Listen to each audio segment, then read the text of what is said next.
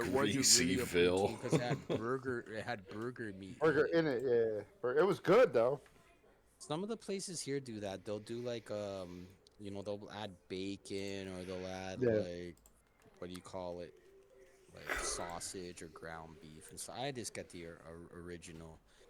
There Dude, is actually I spent so much money today. On soda. Good there's lord. some of these places they do stupid. They do it like an Italian poutine, but it's just instead of gravy, which like defeats the purpose, they just use like Italian? meat sauce. Yeah, they just use meat sauce. Oh, So that's it's what. like more Okay. like it's more like a lasagna at that point in Yeah. time with fries, and it's like that's not really like And don't get me wrong, like like I had it anyways because the meat sauce was good, but it's like. When I'm thinking of poutine, I'm thinking of fries, gravy, and cheese Yeah, curds. exactly. I'm not thinking of meat sauce. I'm not one of these pretentious clowns, though, that's like, oh, they're not using real curds, or the curds don't squeak when I chew them. Dum, dum, dum. That's not fresh. Crash, you need to look up the prices for Billy's downtown diner in Bethlehem because that's where we're gonna go. Friday. Sounds We're pretty gonna go bad. Saturday. That's I'll where have we're the gonna go diner Saturday at the morning. end of the Yeah. day. We'll see how we are. We'll see how we are Saturday I morning. think Cause I'm gonna hit up that diner though on the way Try, down. I'm looking forward to that Brian's USA diner. And what was so it? what were you saying about the donut prices? That the donut prices are expensive? No, no, the donut prices were fine, but it's like, Oh, okay. why am I gonna munch on donuts when I could just go to a proper diner? Oh, okay. That's the truth. I could get the donuts on the way back if I really want to, mind you. I Yeah. don't think I can bring them across the border. Mount Morris, New York is where this Brian's Diner is. I think I'll enjoy the diner more.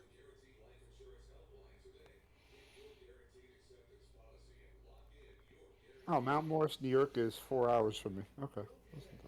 Yeah, so that's the thing. It's pretty much like half of my Yeah, yeah. How journey, far? right? So like I Yeah. think that would be like a good stopping point for me. Hopefully like my tank goes that far. Yeah. If I make it that far, I'll gas up in and around there, get my It says it's food. it says it's 263 miles from my Yeah. house to Yeah. there. Yeah. So I'll probably eat up there, and then yeah, I think the pizza place is too close because that's in Seneca, so that's still like Yeah. pretty much Buffalo. But yeah, I think Mount Morris. I think I'll do that. I think I'll like get on one of these twisty roads and stuff before hitting them up.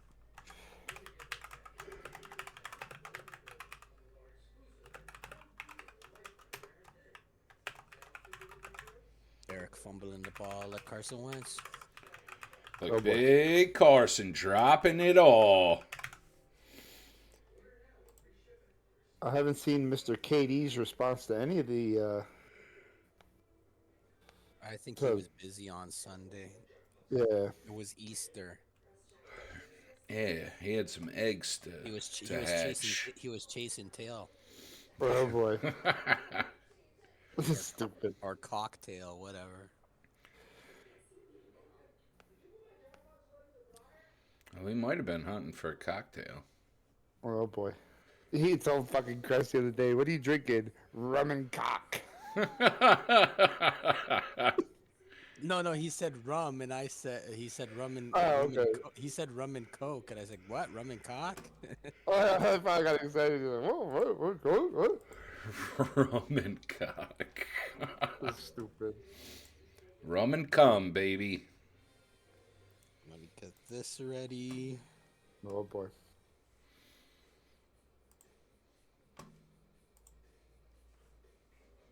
Okay. Oh, yeah, perfect, perfect, perfect.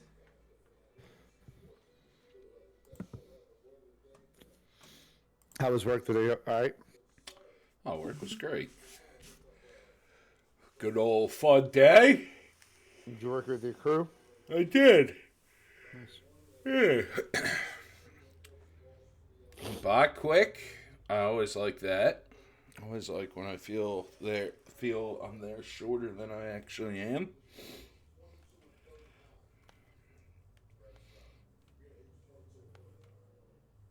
Oh man.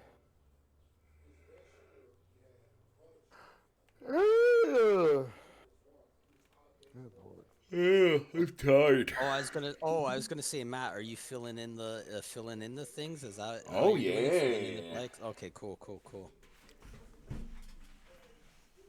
And that load that. Are you streaming on Twitch too? Yeah.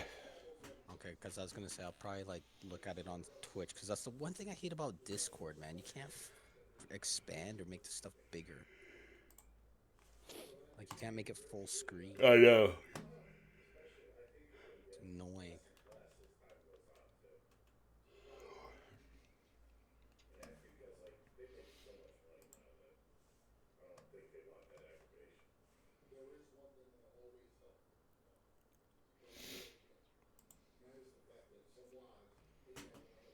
'Fixed it for y'all. 2. Dion's kid. 12. Travis Hunter. God, you know what's kind of funny, Eric? What? Red just posted this thing 3 minutes ago. I guess he wrestled a girl, and Oh boy.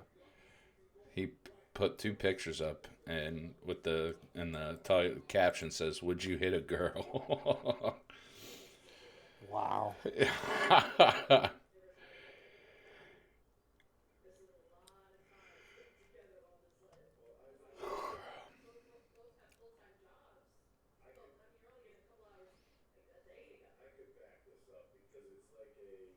I'm still. Give me one moment.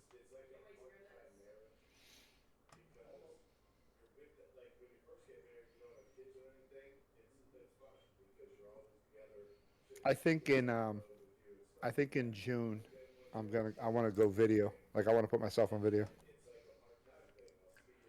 Do it, dog.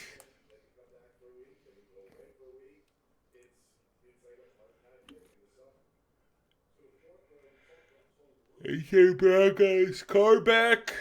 Look at that. I was right in the world. Who? AJ Brown. Oh yeah. We'll talk about the Cam Jurgens thing to start, and then we'll it's like 3 minutes, 4 minutes. Oh boy, fucking Cash is acting the fuck up already. Do you hear him when he goes off like that? I hear him now. Oh, okay. Fucking retarded. Ooh, it's almost time. Okay, cool. Oh, he's ready to go. Oh boy. Oh boy.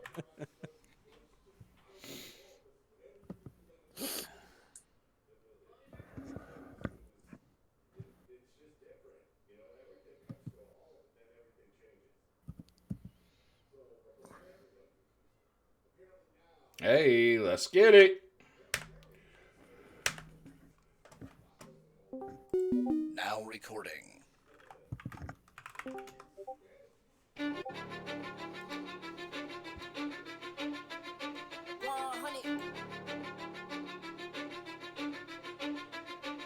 Let's go.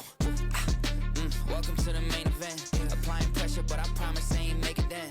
In their heads, living free, I ain't paying rent. Wake up in the AM, making G's like Mercedes Benz. Whoa, yeah, please don't take offense. It isn't you, I'm just not interested in making friends. My biggest fear is finding out that this came and went. So go ahead, but I'm staying in.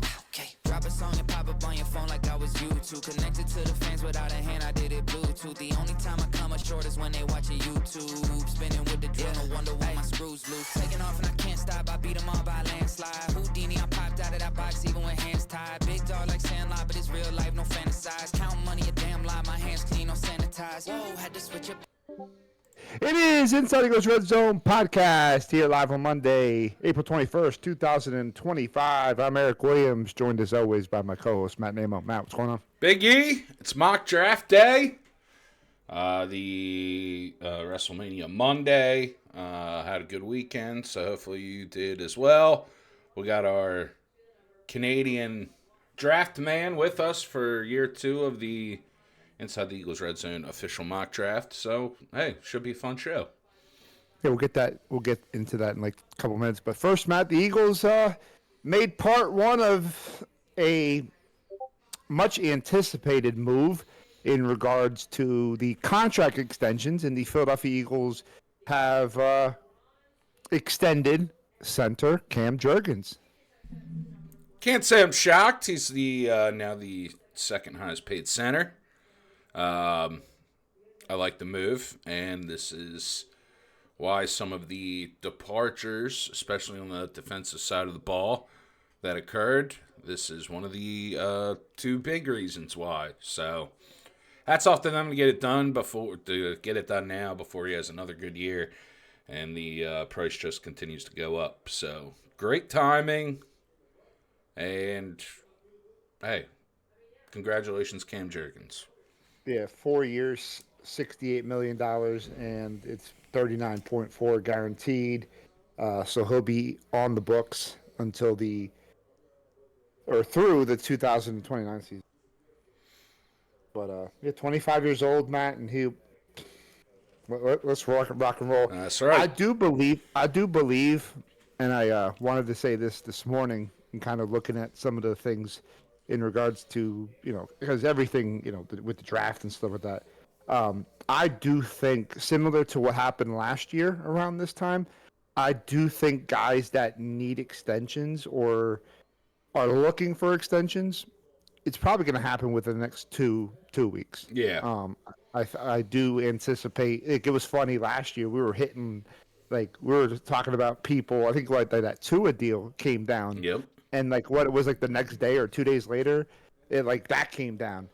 I think not to to kind of go off of the off of the Eagles here for a second, but I do think that San Francisco Brock Purdy deal happens very soon as well. Yeah, that definitely wouldn't shock me. Especially right before the draft, right around the draft. Teams kind of try to get that stuff ironed out before your OTAs, and then so it's not a lingering problem going into camp. So, would Yeah. not be shocked if a couple of those bigger deals get done now. Right, right. So it'll be interesting. But Matt, before we get into the mock draft and bring in our guest, I want to invite everybody to come down to Country Club Brewery Sunday at 11:30 in the morning to check out Inside Eagles Red Zone live and in living color. Me and Matt will be there. Friend of the show and Canadian friend Cress will be in attendance. But yeah, come out to Country Club Brewery, Southside Bethlehem, 11:30 NFL Draft recap podcast, and we'll be getting into a bunch of other things, I'm sure. But yeah, come and check us out. But Matt, with any further ado, let's welcome in our friend from Canada, who will be joining us live Sunday. He'll be in attendance Sunday. But Cress, welcome back, year two. Hey, thanks for having me on, guys. There's no Return of the Mac today intro music. We don't want to trigger Mac today. Return of the Mac. Song's a banger. That's Eric. That got Eric and I through a lot of times. Yes, dude, in 2017, 2018. Fucking used to play that all the time. But yeah. So getting on to like some of the before we get into the NFL draft, what is your like ultimately thoughts on this draft class in regards to talent? And we've talked about that you've kind of watched a lot of college football over the years. What do you think going into uh, this draft? What do you think about the talent overall versus in years prior? I feel like the current draft, at least, or this year's draft versus, say, like last year or some of the previous years, I don't, I'm not that impressed with a lot of the talent. I don't think there's maybe two or three guys that I think you could build start building a franchise around, like key players. Like if you want a key running back, obviously like Ashton Genty, I'm sure no one will dispute that he's like the top running back. Like I don't think he's necessarily a generational, but he's definitely a talent. But is he gonna win you a Super Bowl by himself?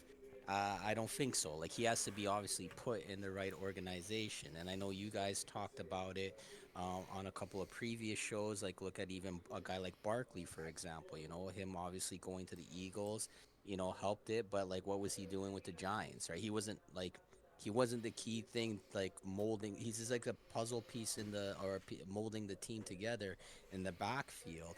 And even like when I think about running backs, realistically, historically, like what running back has really like brought teams Super Bowls? And when you're talking about multiple Super Bowls, when you look at teams like the Patriots, for example, and even like when Brady came over to Tampa, I mean, who do you have? Leonard Fournette. I Yeah, mean, Yeah. like that Sonny Michelle. What running backs was he relying on? I think he had Corey Dillon near the end of his Yep. career in the with the Patriots, but he didn't really have like a bona fide like superstar running back. When I think of like running backs that have won Super Bowls, that were like what I would say good running backs, maybe Marshawn Lynch and Emmett Smith. Like that's about it. I mean, even then, like I mean, unless I'm like blanking on somebody, maybe you guys can correct me. Like, unless you're going back to the 90s, like I'm talking about like the last, 20 years, I can't think of really many running backs that you're like, oh yeah, that guy. Look at Adrian Peterson. How many Super Bowls does he have? Yeah, big, Like, big yeah, old zero. CJ2K. Yep. CJ2K, any of these guys, But yeah, ultimately though, I think there are some names in there, but for the most part, I find it to be lackluster, to be honest with you. Um, I know, like you guys mentioned in the past, like if I had one of these top three picks, I would probably try to trade down and try to just get stuff and try to build, get something later on. Because that's the thing.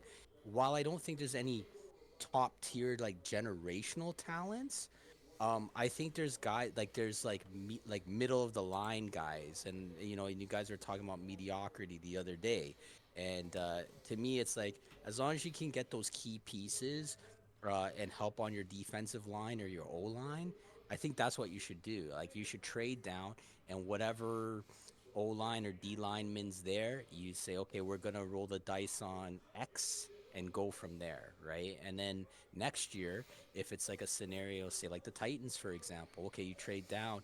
Well, you got Arch Manning, you got these other guys that are, going to be available. I would rather roll the dice on guys like that versus say like a Shadur Sanders or a Cam Ward, and that's not even for the Titans, like any of the top three teams. Like that's just my take, but I think mostly the defensive players are the guys that stick out to me. There's some good D linemen and O linemen, and I mean, you guys touched upon it, like I said, on a couple of shows. If you go back, listen to Matt's shows, Matt's covered on the tapes. I mean, you guys did a good job and covered all the positions. You guys pretty summed up what positions are good and what positions are okay. Yep. yeah. Yeah, shout out to those if you're out there watching this on Twitch or you're watching this on YouTube or you're listening to us live. If you haven't already, definitely go and check out the videos of the breakdown on this class because it was very in depth in regards to watching the tape. 75 players, Eric. Yeah. Seventy-five Next year, damn players. next year I want to do 100. And Next year we'll definitely do 100 because we'll have a lot of quarterbacks to look at too. Yep. That Yeah. should be fun to watch and not painstakingly awful to watch. Rough. Matt, let's get into the mock draft. Let's start. We'll get into some conversation during the draft, I'm assuming. But Matt, you are on the clock with Tennessee at 1. A lot of needs here for Tennessee. They were not good, as some Tennessee podcasters decided to say. This team was close to a Super Bowl last They're year. close, all right. Yeah, they were close. They were close to the top of the board as they are the number 1 pick in the 2025 NFL Draft on Thursday night. Matt, you have the pick. Where are you going with Tennessee? See, if I was the general manager of the Titans, because I'm going to take this pick thinking what the Titans are going to do. If I am the general manager of the Tennessee Titans, Chris, I agree with you. I'm trading down. I would ideally 3, 4, 5.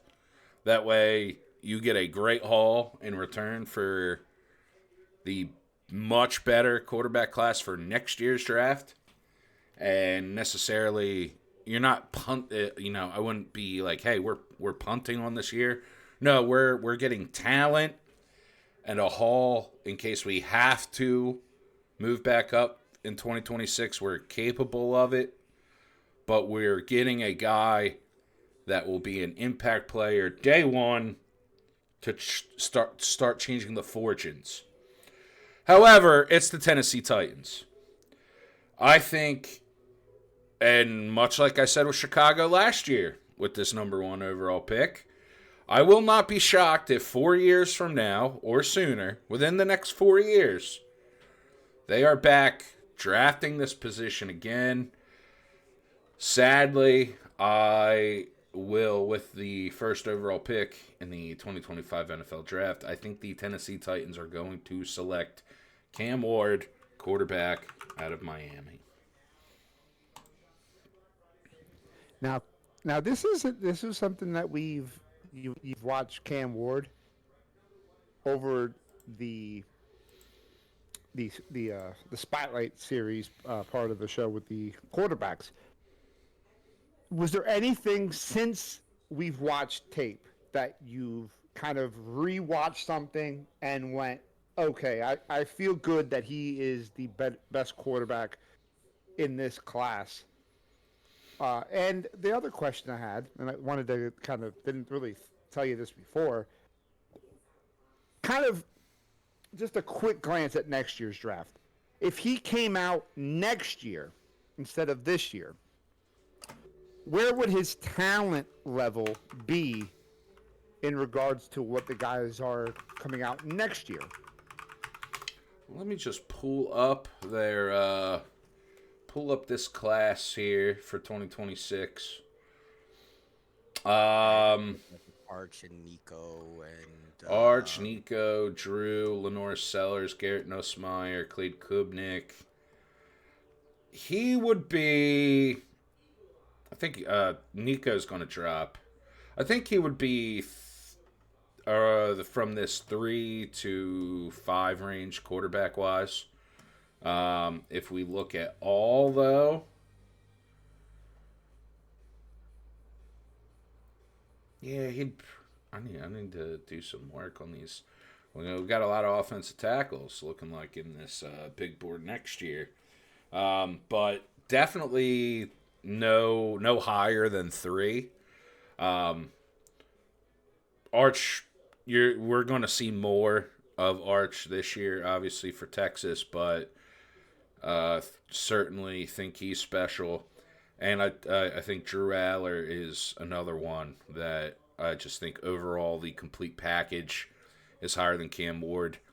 I've watched more Cam Ward, and my opinion did not change from the time that we discussed the quarterbacks. I think he is, out of this draft class, like Tennessee can start him week 1 if that's their plan. I think he is the only one out of this class that week 1, if you want to throw him out there, do it.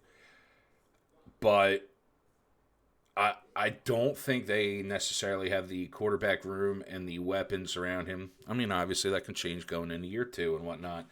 But it's going to be a rough start for Cam if he does start week 1 going out there with that wide receiver core that they have.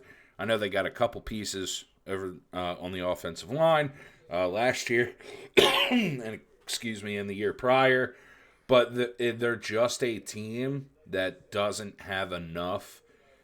And with the quarterback that Cam Ward is, got pretty good arm talent, but he's got that hero ball in him. He's got that Carson Wentz in him.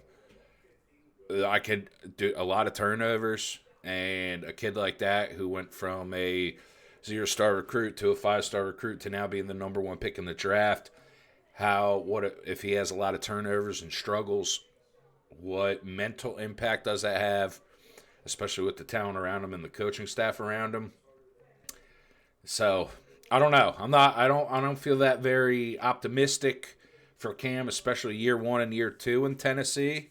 But I certainly think he's going to be their selection, and they're taking the quarterback a year too early. Yeah.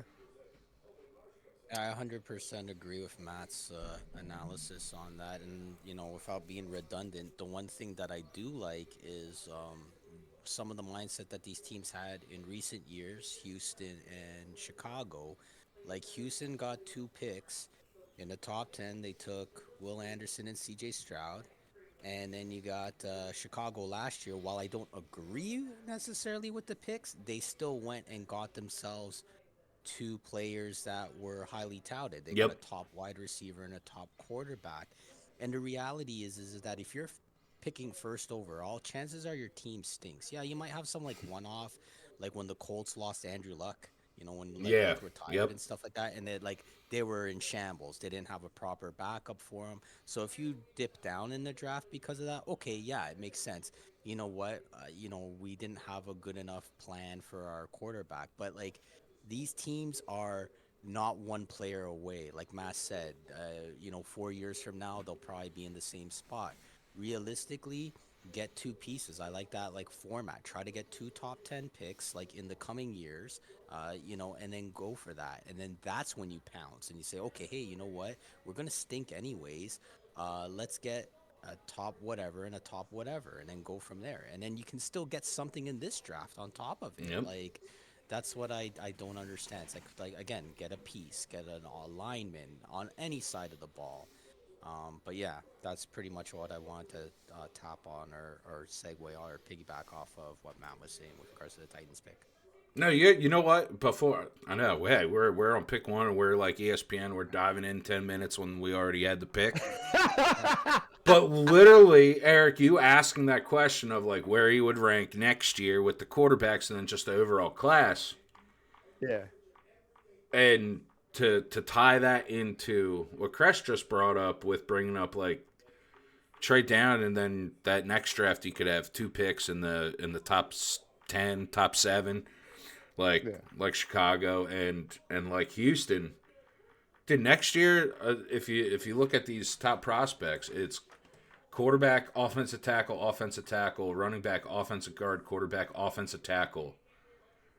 If Yeah. you got two top 8 picks for next year's draft, you're gonna end up with you could end up with another lineman and a better quarterback, and then nestle that in along with, oh hey, look, we got Abdul Carter, or hey, we dropped down to 6.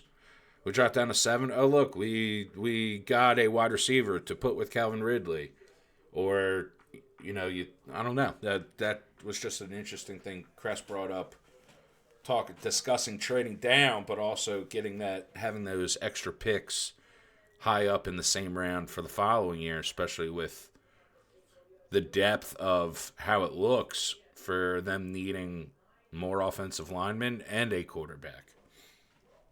Yeah, Right. and like, Right. I mean, more importantly, how much better is Cam Ward? Like, and it's a good question that Eric asked.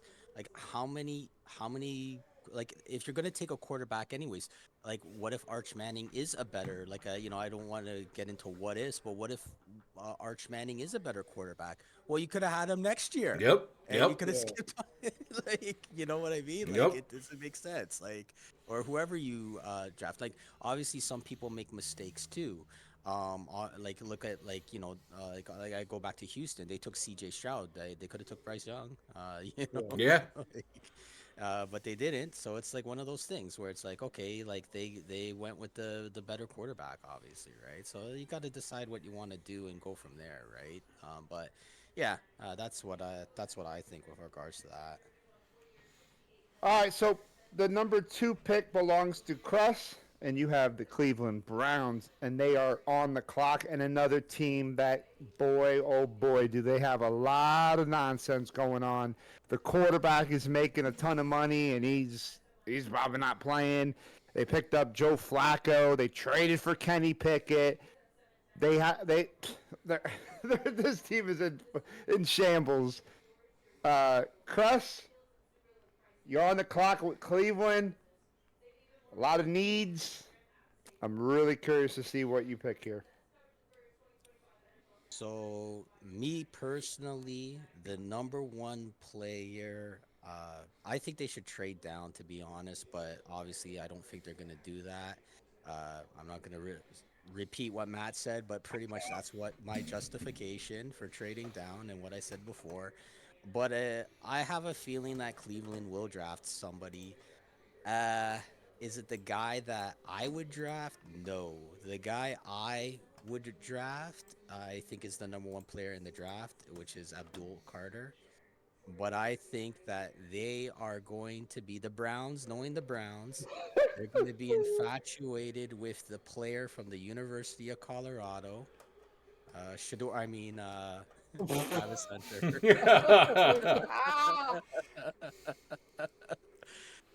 They want the two-way player. I think he's a novelty. I don't want to call it a gimmick because he is a talented cornerback and he is a talented wide receiver. I think having that multi-position, I just think Carter would work a lot better, especially with the Browns getting Garrett back. Like to me, like you have those two guys. I don't know. It just makes more sense to me on their defense.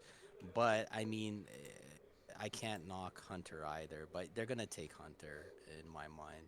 So that's where I'm going with that. And that's my justification for it. So the pick is in. It's Travis Hunter at 2 for Cleveland. It's a hell of a player to go to Cleveland. Uh, yeah, so they can't really. We've watched him on tape on wide receiver at corner. Um, I think he is the best player coming out of this class. And It'll yeah, be I mean, interesting to see what they do with him. yeah, I'm very interested to see. The New York Giants are now on the clock at pick 3. A team very much, uh, another team very much has a lot of needs. You've heard the whisperings of quarterback at 3 for the New York Giants. If they draft a quarterback at 3, me and Matt will simultaneously Ooh, laugh baby! our asses off. I don't think there is any other way to go with this pick, Matt. I think you have to go, and this is a surefire bet for a guy who's going to wreak havoc in the league and add to an insane defense with Dexter Lawrence and Brian Burns. And I think the Giants go defense here at 3, and they pick up defensive end from Penn State, Abdul Carter. And Abdul Carter ready to wreck some people. So Abdul Carter at 3 to the Giants. Man, you have the Giants being intelligent. Yeah, I don't. If they go with Shador at 3, I will Oh, simultaneously laugh. 3 Here, cheers. had Hunter had Hunter fell, if Cleveland does not pick Hunter and they go Carter, I say you can't. If you don't draft Hunter or Carter, you draft someone else. You're stupid. Yes, agreed. You are stupid. Agreed. I do not think they messed this up. Agreed. I don't think they can. Yeah. You are muted. You are server muted. What are you talking about? I'm looking at right now. You're server muted. EP, don't you worry. Yes. You are fine. New England at 4. No, you're definitely suppressed. New England at 4. Matt, another team with some good holes to fill, some needs. I'm curious to see what you do here at 4 with New England. Yes, Patriots spent a little money. They got Mike Vrabel back home, I should say. I think that's safe to say that. But guess what? Guess what they're going to do? They're going to take a page from their boys south of them. The team that beat them in Super Bowl 52. They're going to go with the trenches. They're going to go in the trenches here. They spent the money They went out and signed Milton Williams. But I think here, I'm torn between two. I think, although they kind of like the positional flexibility of Armand Membu, they want to get your stone cold left tackle to protect Drake May. I think they take Will Campbell at LSU. That's a good pick. My favorite tackle that we looked at. I was going to say how far off we've kind of touched on it a bit during the pre-draft process. How much further off are the Membu and Campbell? Like, what's the gap there? Well, I would go Campbell, Kelvin Banks, and then Membu. Ooh, Kelvin. Right? Ooh, okay. Banks is going to be. This is what I think is. What's up with the slip then? Because like a lot of people are not really talking about Banks as Yep. number two. I think what has happened is all these. They're more infatuated with the little bit of the athleticism of Armand Membu. I think that's a big thing. And then if you're just kind of looking, Simmons, you see Simmons is another guy that's super impressive. And I think Banks' issue, I think he's got the shortest arms out of these guys, these top guys, these top four guys. But I think Banks is also one of the more polished offensive linemen in this draft class. I think what you get out of Will Campbell, though, that drive, that he's a very powerful offensive lineman, probably the best anchor I think we looked at. I think that's what is the difference maker for New England to pick him here. Because I liked what I saw out of Drake May last year. I think the Patriots did too.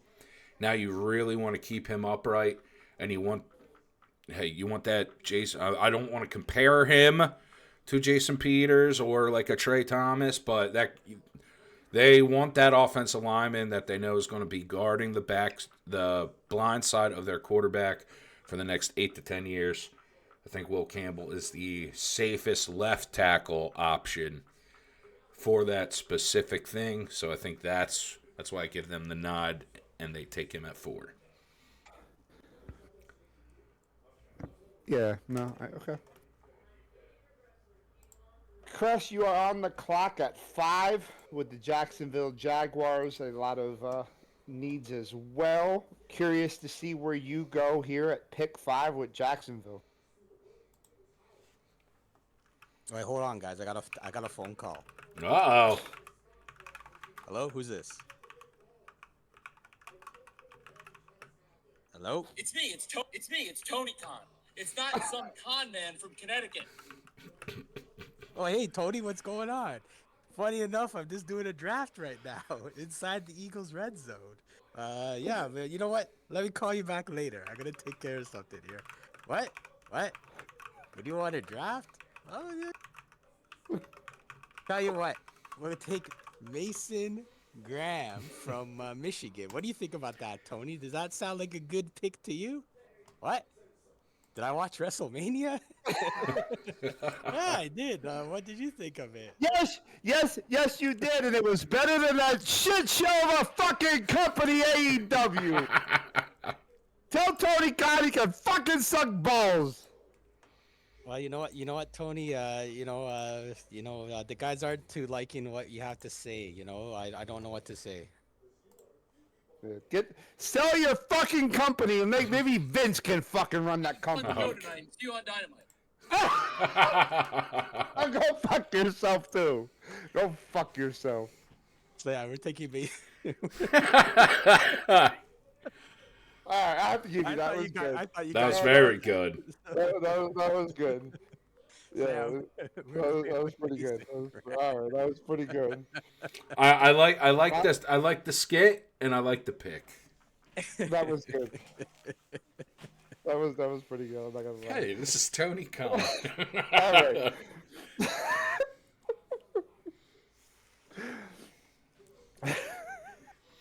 I'll tell you guys afterwards what my original plan was, but Oh, good lord! I can't wait. All right, so Vegas is up next, and the Raiders, man, I feel like they have a lot. A lot of these fuck. I'm gonna keep it like a broken record. A lot of these teams, they have a lot of like big holes, Needs, like yes. fucking holes. I'm here with Vegas, and I wanted to take a quarterback. However, I'm not taking a quarterback here. I'm taking Ashton Genty, running back, Boise State, at 6. You know, I've done a handful of mocks, and I've maybe not even doing the mocks, but just thinking about where I could see guys. I can't see him getting past the Raiders. Yeah, no, it's something that I've kind of thought about. That the offense of the Raiders is something that it's just not. I don't know, man. I was not a They, fan of them last year at the no, playoffs. Their offense they have just they would have not Bowers, fucking. dude. They have Bowers, and that's it. Yeah, but you cannot rely on Brock Bowers. Like, I just think you need more. I think this is the draft where the Raiders need to load up on offense. And maybe, just maybe, they're not that good this year. And then you have an offense loaded up, and then next year you get a quarterback. Yep. I don't think Shador at 6 would make any sense. Would I be surprised if Shador went 6 here? No, I would not be You have surprised. they have Shador with a better arm already. Right, Gino, right. I think you And they, saying, I think your belief in the Raiders, I think I'm 100% with you, and it sounds like something Brady would do as an right, not to owner play it. It's with like influence. yeah, Brady has the influence now in Vegas. He's going to have his hands on things in regards to personnel moves, and if he's not like 80% involved, it'll be 80% involved. By if it's like 50, 60, the more you listen to Brady, the more you're going to be in good hands. I don't think he's going. He's definitely given them a lot of insight on some of these players. He probably even brought in his own, his own people. well, keep in mind too, I keep seeing a lot of people making the connection that Carroll's got, Gino and Ashton Genty can be like his Marshawn Lynch Yeah, and blah blah blah. I I was gonna yeah, say, sorry.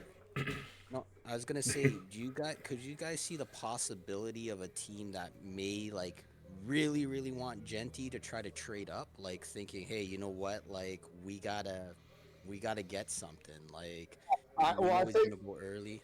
I think a team. I mean, I'm not saying it. You know, I'm just kind of throwing it out there. If I think a lot of teams would covet Gianti, and I think they do. I see one particular team. I don't. I think it'd be insane to go up to this because they are at 12, but Dallas, like certainly Dallas. Like I've thought about that for a minute. Um, I I mean, the Bears have DeAndre Swift, but I mean, You know who I think could do it? who The Jets trading up to 5. from 7? Yep. Yeah, they Because probably give up like you know those. the Raiders Yeah, want Genty, so yeah, they're not trading 6. The Jets, right. I could see if it's Moving up to falling. 5 to move up to 5. Yep. Well, then but then the Raiders could say, okay, we want to move up to 5. Then To bang, baby, you get that bidding war going. Let's go. yeah. And then you just keep maybe And that's then Tony something that Khan freaking, he's tilting his head like he's cause listening to precedent. Tony Storm freaking cut a promo after the show. Yeah, He's geeking out. yeah. So the Jets are on the clock at 7, Matt. Another team that Yeah, Aaron Glenn basically told Aaron Rodgers, "Hey, fly here." Oh, you're not the quarterback. We're not moving on. Told it in person. Aaron Rodgers felt kind of some type of way about that because he felt, oh, we could have had a conversation. Yeah, we gave much respect to AG. Matt, what does the Jets do here at 7? I think they have they have a pretty solid defense already. I don't they do they need another wide receiver? Yes. Do you take one here? No. I think the logical, and it works out for them with how my last pick went with Campbell. You're like stone cold left tackle going. I think they go and take a smart pick here with Armand Membu. They need the offensive line help. His athleticism and flexibility helps them. Not to tie it back to the Eagles, but we just saw a former left tackle drafted by the Jets that failed in New York Yeah. go play guard and play great and get himself money. I think Membu is good enough to where he'll be starting day one, and I think the only place he might not even sniff is center. I could see him. I could see them trying him at tackle, especially right tackle. I could see them trying him at guard, but he'll be one of their starting 5 offensive linemen, and that for a team whose offensive line's been bad and they tried last year with a bunch of old players, Membu would be a nice like, all right, we're ripping the Band-Aid off and starting over.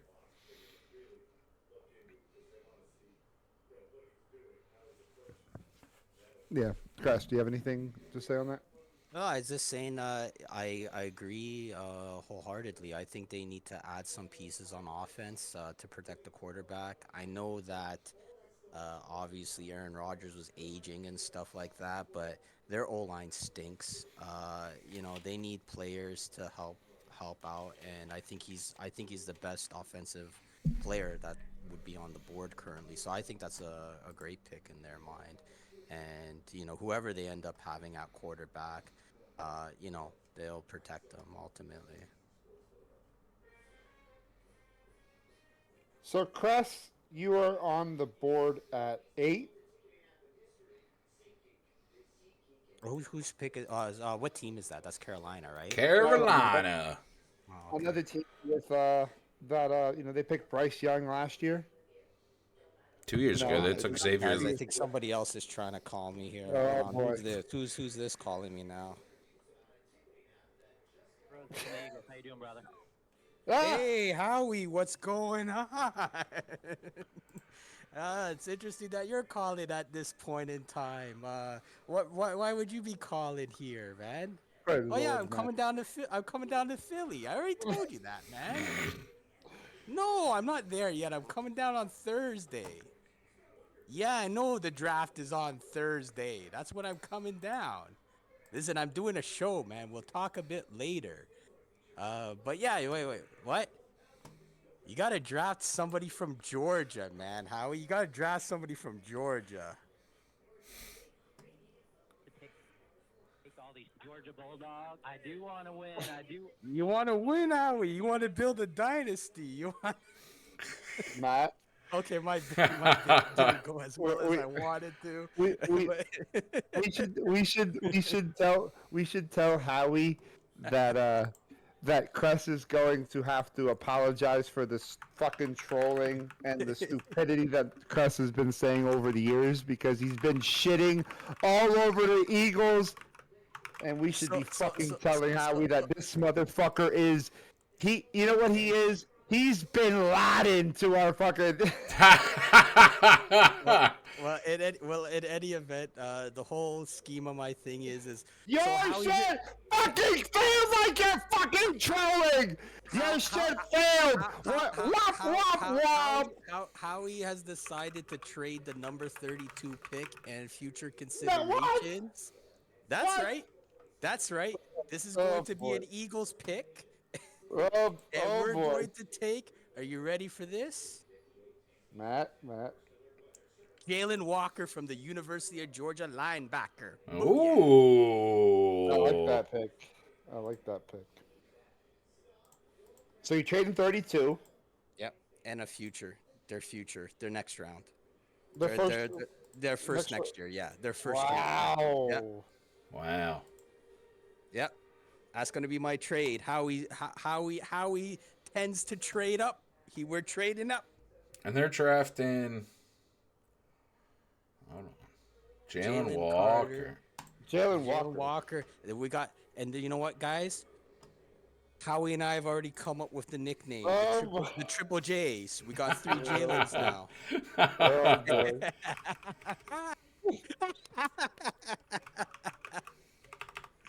But no, if Carolina kept the pick, I would still be taking Jalen Walker. But yes, that's the pick. That's who's going at that spot, and that's what I decided to So, do. so Philly, hold on. So, hold on. Did you? Oh, so you did trade. Okay, hold on. So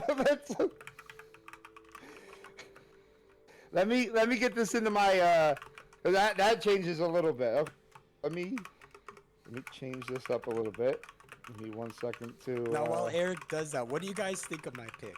In all seriousness, I mean, I fucking love the pick. I just don't think Yeah. they're trading up to 8. I yeah, love no, it. I don't think they're trading. Yeah, I think Jalen Walker. I was originally gonna say that we're gonna that we're gonna trade Devonta Smith. Oh!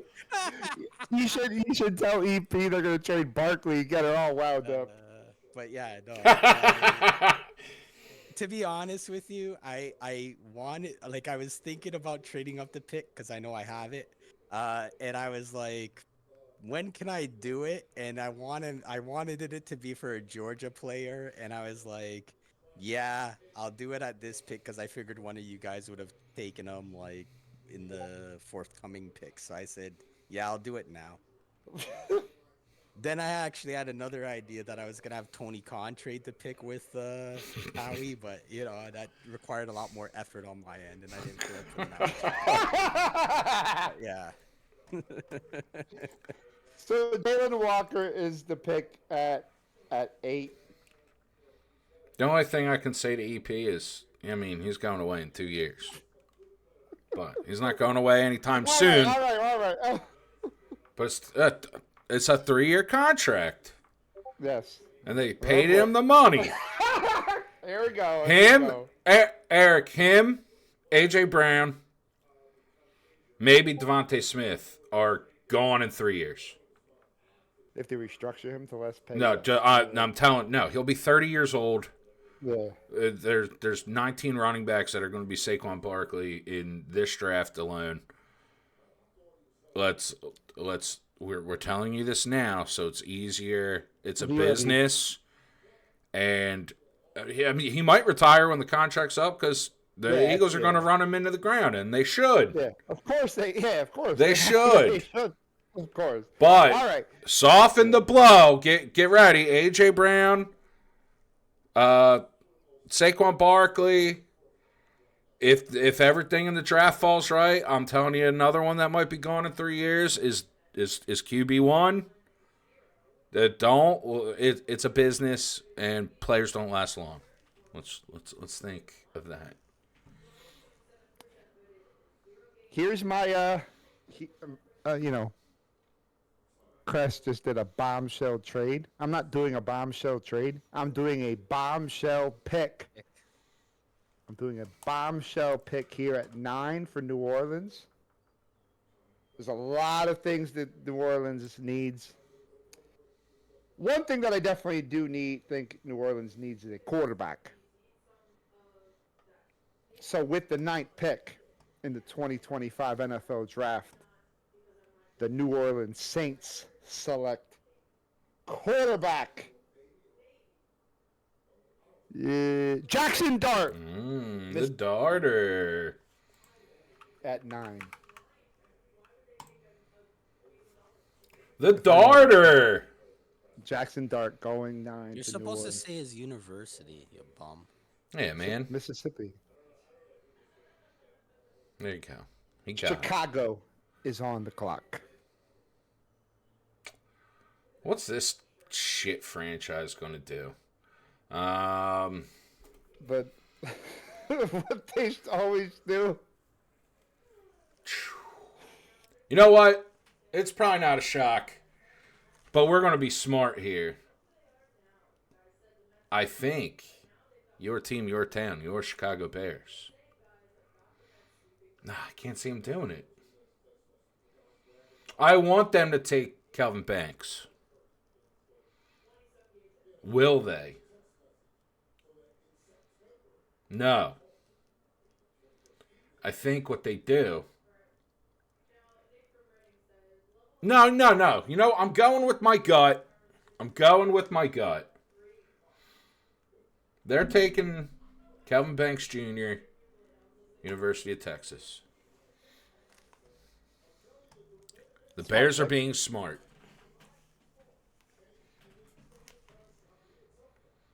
San Francisco is on the clock. Cress, what do you got?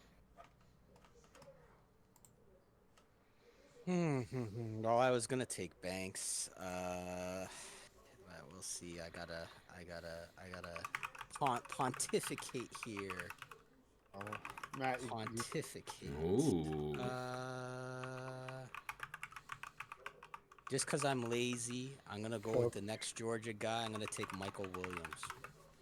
wow. Ooh.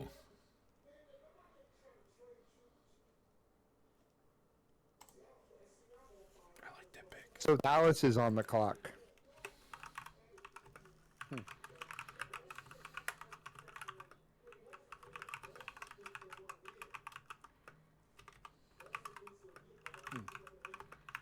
Where do I go here? I know where I'm going with this. I hope this does not happen. I really hope this doesn't happen, but this is the pick. With the 12th pick in the 2025 NFL draft. Oh my god, I'm going to feel so fucking bad if this pick, man. This is going to be fucking horrible.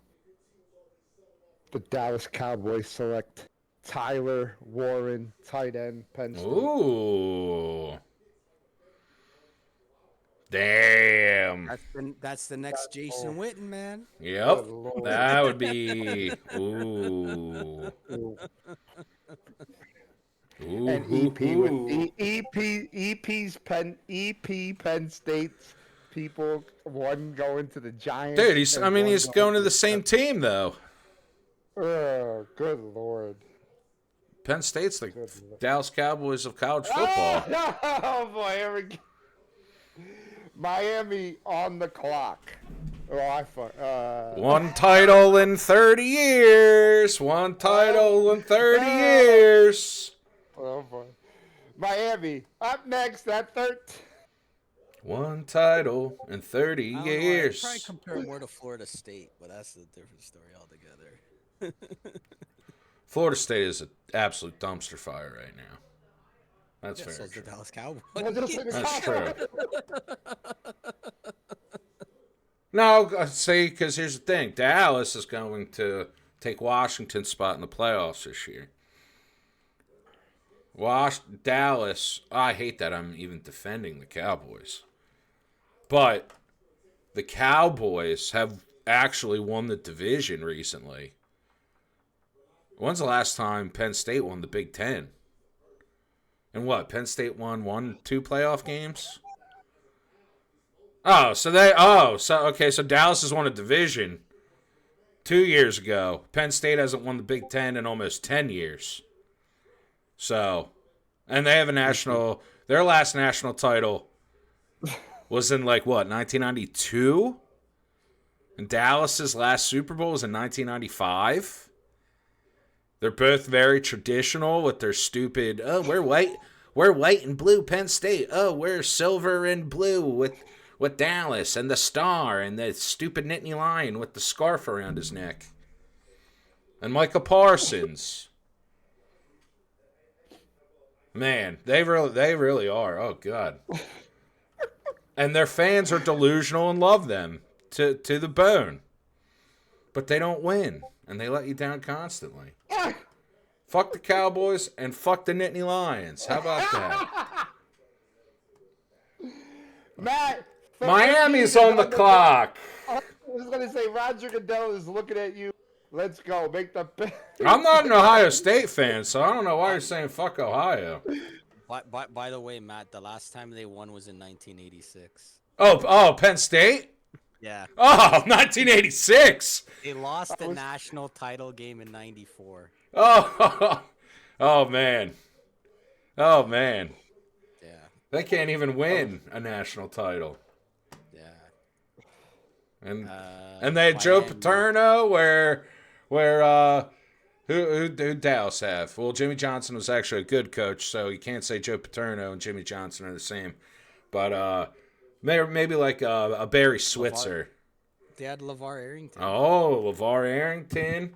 You notice like your good Penn State guys, other than Barkley now, don't go to Philly. But another dumpster fire as we transition back between dumpster fires is the Miami Dolphins. They got a little splash. They got a little talent. I think I think there's smoke where that fire is for Jalen Ramsey wanting to move. It ain't here, people. It's not Philadelphia. I think. You know what? I have to.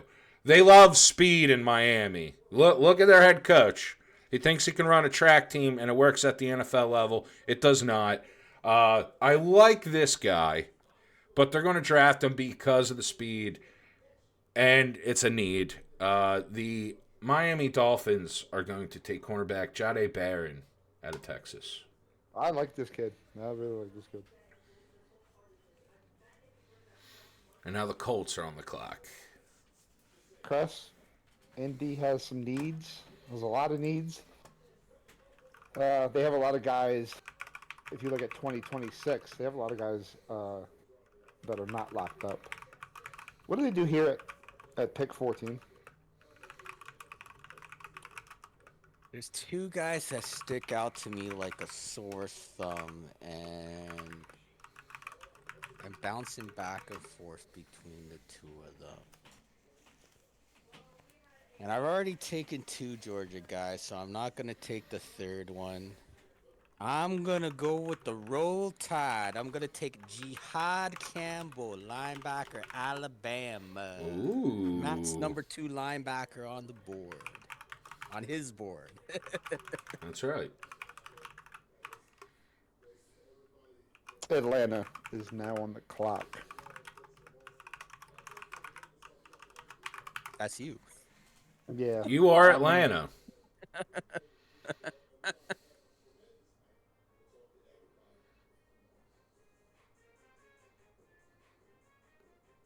Dun, I didn't think this guy. I didn't think this guy was going to fall here.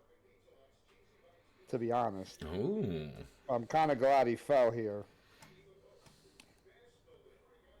So I'm gonna go with. Mike Green, Ooh. edge rusher from Marshall.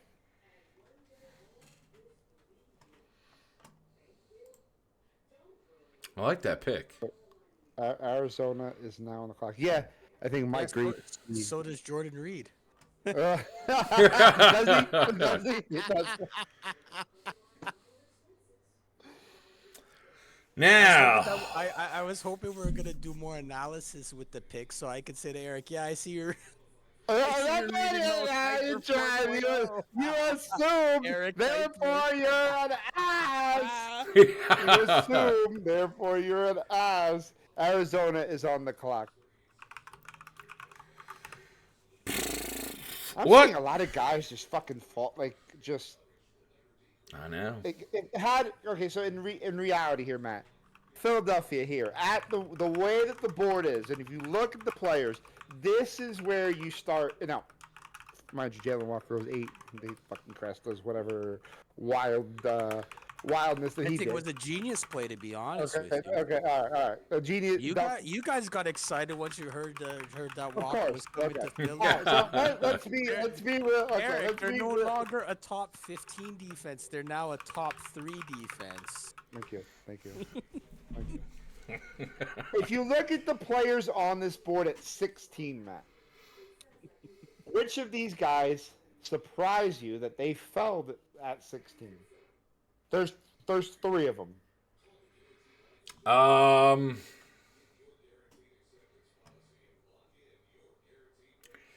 Honestly, I don't know if I could There's really. two offense and one defensive guy. Like I could see not be off this board. I mean, I think if teams are smart, Walter Nolan. Yeah. If teams want to go safety, Malachi Starks. Right. But I mean, McMillan, I'm seeing he's plummeting. Luther Burden, maybe. Yeah, Igbuka.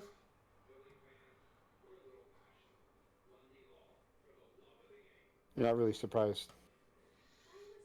No, because I kind of think this is Jalen Walker. Well, I like the pick. I just don't think Eagles are going to go there. Yeah. But really, Tyler If you went Warren to is the only Carolina- one. yeah. But If you Tyler went to- Warren's a yeah, great he's pick good. at 12. Yeah. If Jalen Walker went 8 to Carolina, I'd say okay. You Yeah, kind yeah. of got a guy that that can fill that need and be okay. I think the only thing might be maybe a couple teams take like Arizona. They got a defensive head coach though, and look at the line. You know what line? Yeah, I hate that fucking head coach. Fuck him. Yeah, he's horrible. But like, do they go? I'm torn here with this Arizona pick between Will Johnson and Josh Simmons. I think Arizona had like a pretty solid offensive line last year, but I think Josh Simmons is a guy that can make your offensive line great. But I know they also need defensive help, especially. Do you worry about his health? Do you worry about Josh Simmons' health going into? No, you let him heal up. He's strong with how he plays. Like, I'm honestly, for some reason, like with offensive linemen, the injuries don't necessarily bother me. Like, or an injury history. If they're strong, if they can anchor, like, and if they have the handwork. If they don't have the handwork, then yeah, dude. If you injure your leg, and if you lose any speed off of that, I think that's detrimental and going to be a problem. But that was the one thing about Josh Simmons that I loved. Other than the positional versatility and athleticism, like his hands are good and he's a great anchor. So I feel like that'll translate after the healing process. And if they wanted to ease his way back, they could play him at guard. Yeah. Less responsibility, less, let him just use his size. Did I just talk myself into Josh Simmons here? I'm talking myself into Josh Simmons. And take another Ohio State offensive lineman. And the fighting Jonathan Gannons take Josh Simmons out of Ohio State. Good pick here. Good pick there. Crest is on the clock at 17 with Cincinnati. Now I know you guys aren't buying my Howie trading up Yeah, try to get Jalen Walker, but I could also see them trading for the guy I'm about to pick because a little bird told me, Oh boy, a bird. specific type of bird told me that the Eagles are very high on this individual. So we're gonna take, because the Eagles have already traded. I don't think Howie's gonna jump another pick here, but we're gonna take Walter Nolan from the Old Miss. Yeah, that's another. I like that's it. another guy brought in for a top 30 visit. Seattle is on the clock. And I'm going to make here an interesting pick here, Matt, for Seattle. Did you ask Eric Roman for approval on this pick? No, I did not. But Good boy. here's the pick. Here's the pick, and it's quick. I'm running to get the best inside offensive lineman, one of the best inside offensive linemen in this draft. And I'm going Tyler Booker, guard out of Alabama, here at 18. Ooh. I like that. I like that. Now, here, Tampa Bay is on the clock now, Matt. And this is another team with some defensive-minded head coach. A lot of good defensive players here. Is defense the only option here for Tampa? Yeah, I think their key pieces on defense. Not that Antoine Winfield's old, but they have a pretty solid secondary that can't stay healthy. They have a decent edge rusher, but that linebacker spot, Levante David, he's getting older. He's what, 35 now? 35. Yeah.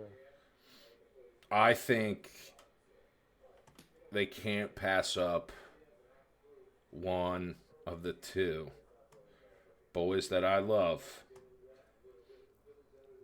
Do they go? I think they go. Or, let's see. Or do they go actual linebacker? Let me just take a peek. The delegation is looking. No. All right. I think they're going Donovan Izaraku. Ooh, I love. He's a game changer on defense. He'll fit right in. Him and Vita Vea are going to be a tough duo for any offensive line to combat against. Feel like they might be a little more enamored with the speed of James Pierce, but I think Ezaraku will fit better with the rest of the pieces of the defensive pie for the Buccaneers. Denver is now on the clock at pick 20. Chris, what are you doing here at 20? I think Denver, to be honest with you, is going to go with a running back.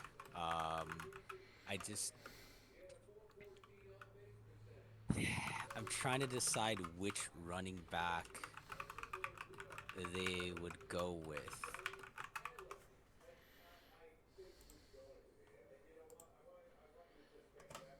I want to do a shocker because I feel like it kind of reminds me of the Jahmyr Gibbs, when he went and a lot of people say, oh, Detroit, they trade up, he took early, he could have won in the second round.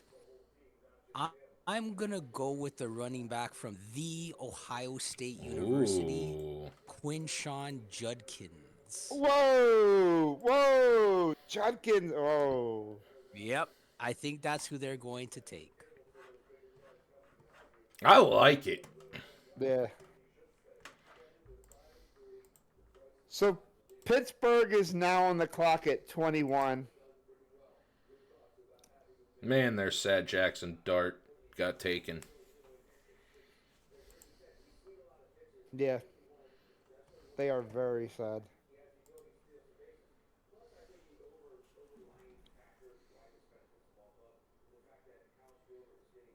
They're going with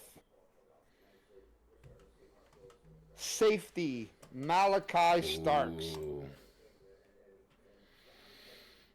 That's a good Does that mean they signed Aaron Rodgers? No. Oh, God. No. No.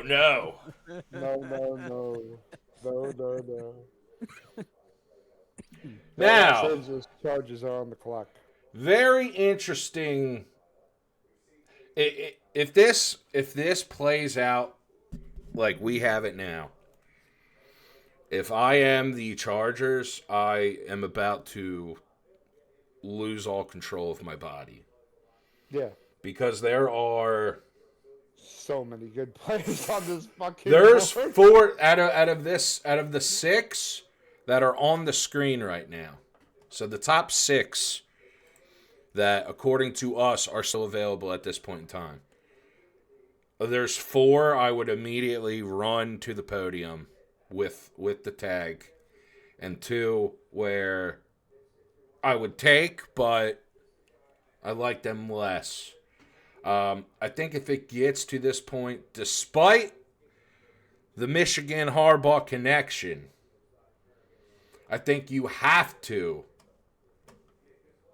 take Emeka Ibuka from Ohio State. Whoa, Mecca Ibuka. Get Herbert the weapon and watch the offense actually be able to develop. Green Bay is now on the clock. Chris, what do you got? I mean, the problem I have with this is that Green Bay, they got the wide receiver problems, and it's just not working out. And It's because all their wide receivers are the same exact person. yeah, I just feel like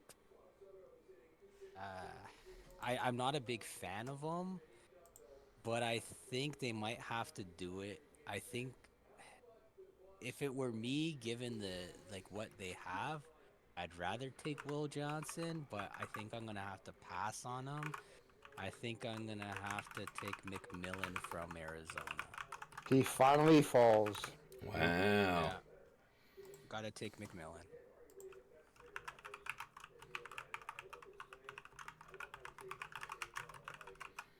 So Minnesota is now on the clock at 24. A lot of needs. A lot of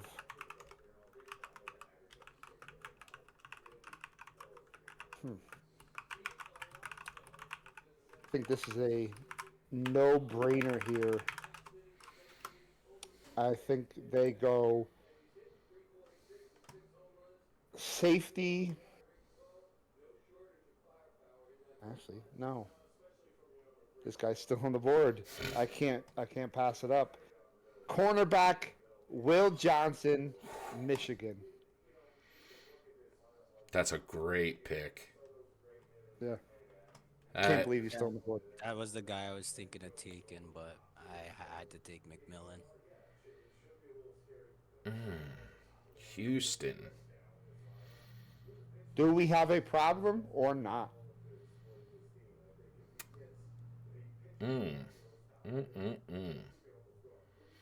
Do they go wide receiver or do they go offensive line?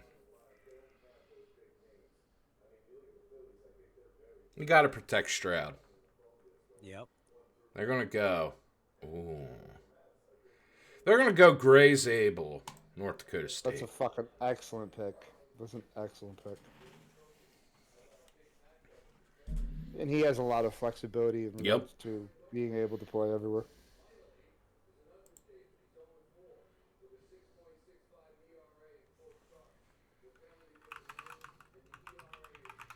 Yeah, what's Mr. Sean McVay doing out there at SoFi Stadium with the Rams on the clock?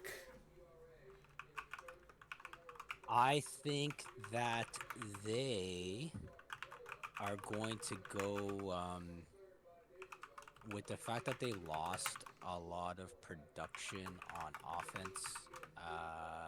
I think they're going to go with Colston Loveland out of Michigan. They need a tight end. They definitely do. P fits the piece. I like Loveland with that. Well, Puka and Devontae, we're gonna have to see how that works out, but I like that Loveland's fitting right in there. If I'm Baltimore's general manager, I'm already at the board. The card, and I'm saying, pick the pick now. Let's go. Pick it. Pick the fuck. Good now. Stop your bullshit.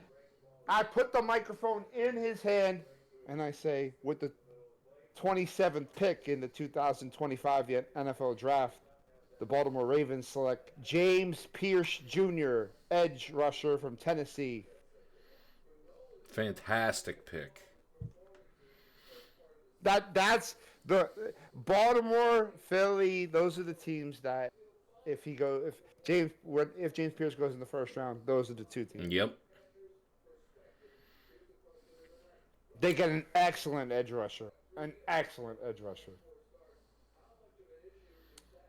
Ooh, now, with the Detroit frauds on the clock. Yep. Well, although certain fans of theirs initially thought Myles Garrett was washed up and didn't want to trade for him. Now they know they need an edge rusher. I don't think they take long to debate. They're going Texas A&M. Yeah. However, Which one? Which one? they're going to take the one with more production. They're going to take Shamar Stewart. Interesting pick.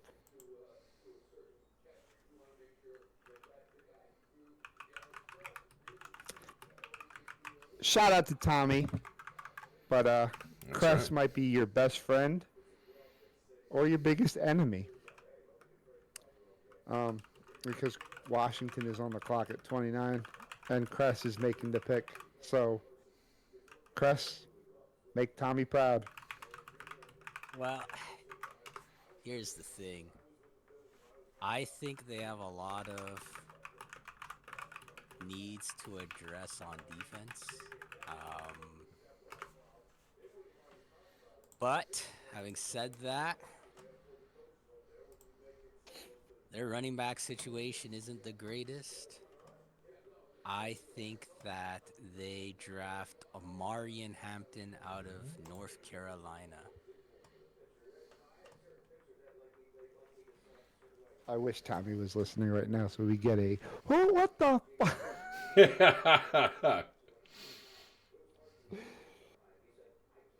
Curious to see how these people are going to react to some of these picks, these fans of these. Buffalo is now on the clock at 30.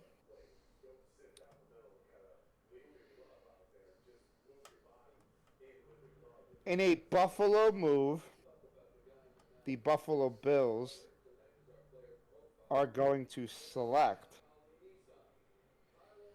cornerback Trey Amos from Ole Miss.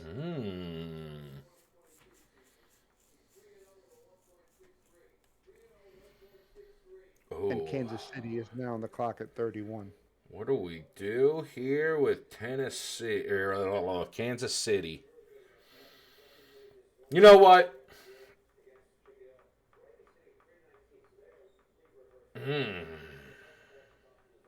Is the Giants calling at 34? Are they calling Kansas City to move back into the first round?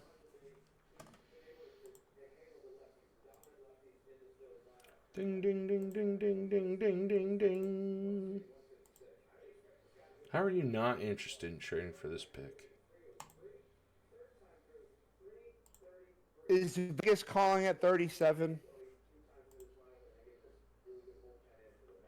Hold on. There we go. So I think this is right where. Whoa! Whoa! I think this is where it happens. Kansas City, if you're looking at this board here and what Kansas City needs, Connerly, I could see them taking. But guess what? Look at all this right here. You can drop on down. And you know what the Giants are thinking? We got our edge rusher. Now's the perfect time. They trade back up to 31. And they bring him to New York. The son of Dion. Quarterback Shadur Sanders from Colorado at pick 31.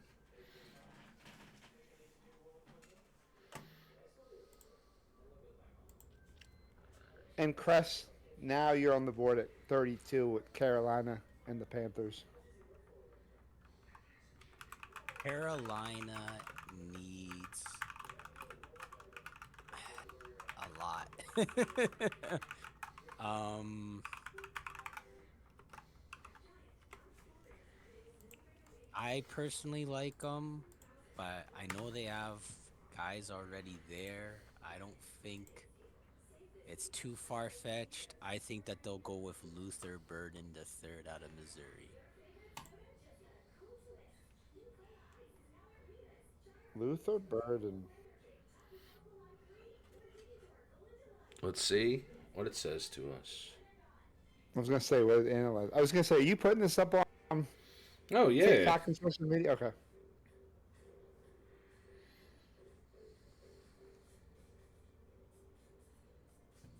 Our draft was so awesome, it's still loading it. Loading. They Yeah, like, it Dude. really like is my loading. trade curveball. But like so Booyah. good. You know what's funny?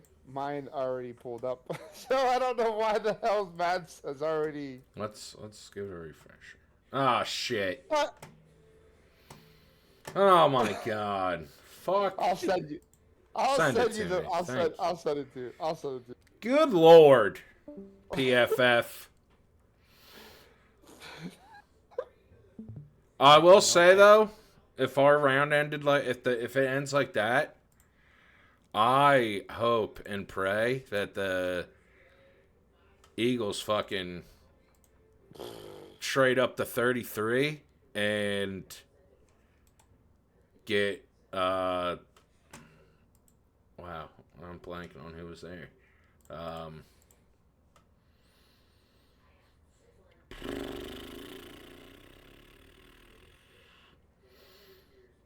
Kenneth Grant. Kenneth Grant. Oh, Grant and Yeah, fucking Baltimore. Walker. Good. Yeah, that would be my first move to start day 2. Start round 2 is trying to move up and get Grant. Yeah.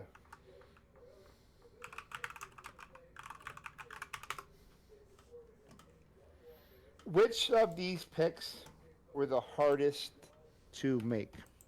And we'll start with you, Matt. I think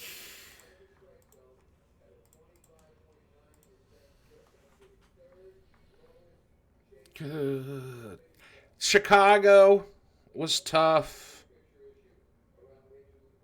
And I feel like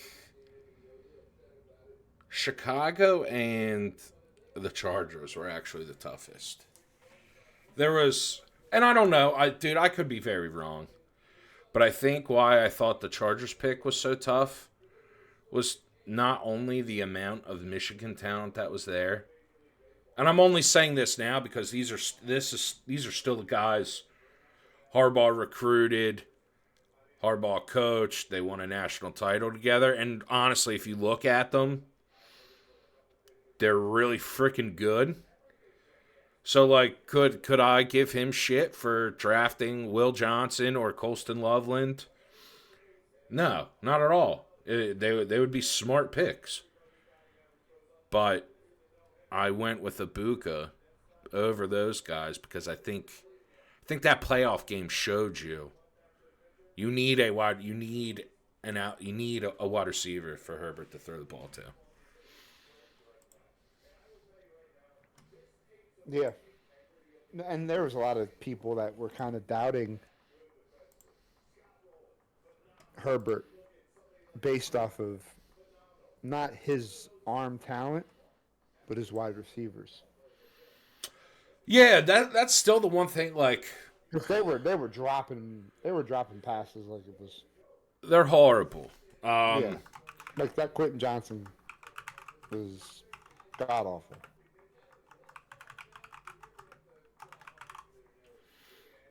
I just posted our mock draft on Facebook.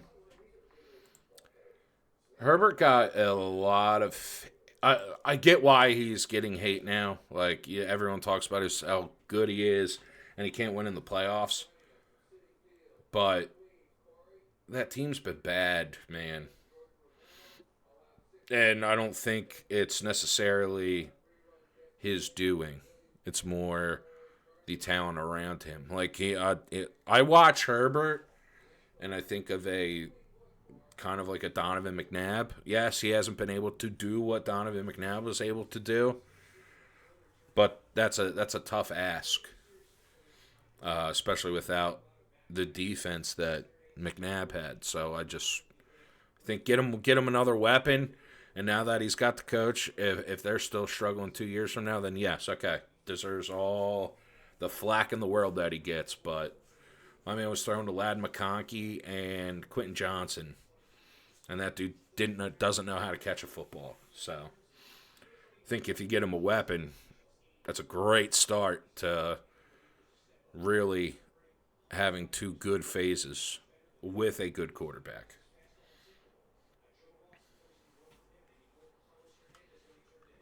Yeah. Chris, I'm going to ask you the same question.